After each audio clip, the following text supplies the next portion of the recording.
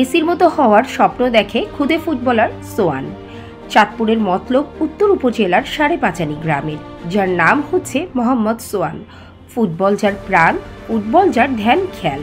আমরা শুনবো এমনই একজন শিশু ফুটবলের গল্প। সোয়ান হতে চায় বাংলার মেসি। সেও একদিন বিশ্বকাপ ফুটবল জয় করে বাংলার ঘরে আনতে চায়।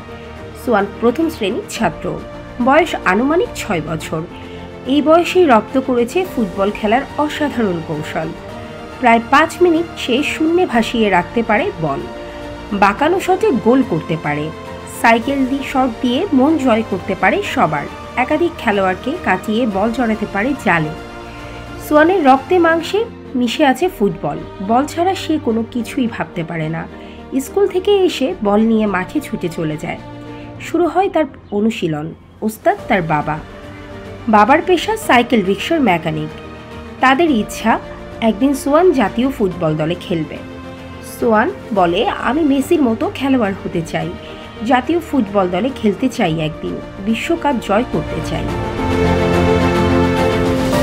প্রতিবেশী কামাল হোসেন বলেন, গ্রামে এত সুন্দর প্রতিভা আছে, বিশ্বাস হয়নি আমার।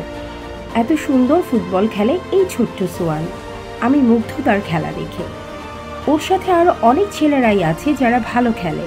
আমি আশাবাদী, যদি এদের ভালো কোনো ক্লাবে প্রশিক্ষণ দিলে দেশের ক্রিকেটের পাশাপাশি ফুটবলও একদিন যাবে বিশ্বের মানচিত্রে। সোয়ানের পিতা সোহেল প্রধান বলেন, আমি আমার ছেলেকে নিয়ে অনেক আশাবাদী। সে দেশের বিশ্বকাপ ছিনিয়ে আনবে। আমার ছেলের মতো আরও অনেক ছেলেরাও ভালো খেলে। আমি বিকেএসপির সহযোগিতা কামনা করছি। আমি সরকারের কাছে আবেদন করছি, এদের যেন প্রশিক্ষণের মাধ্যমে দেশের সম্পদে পরিণত করা হয়।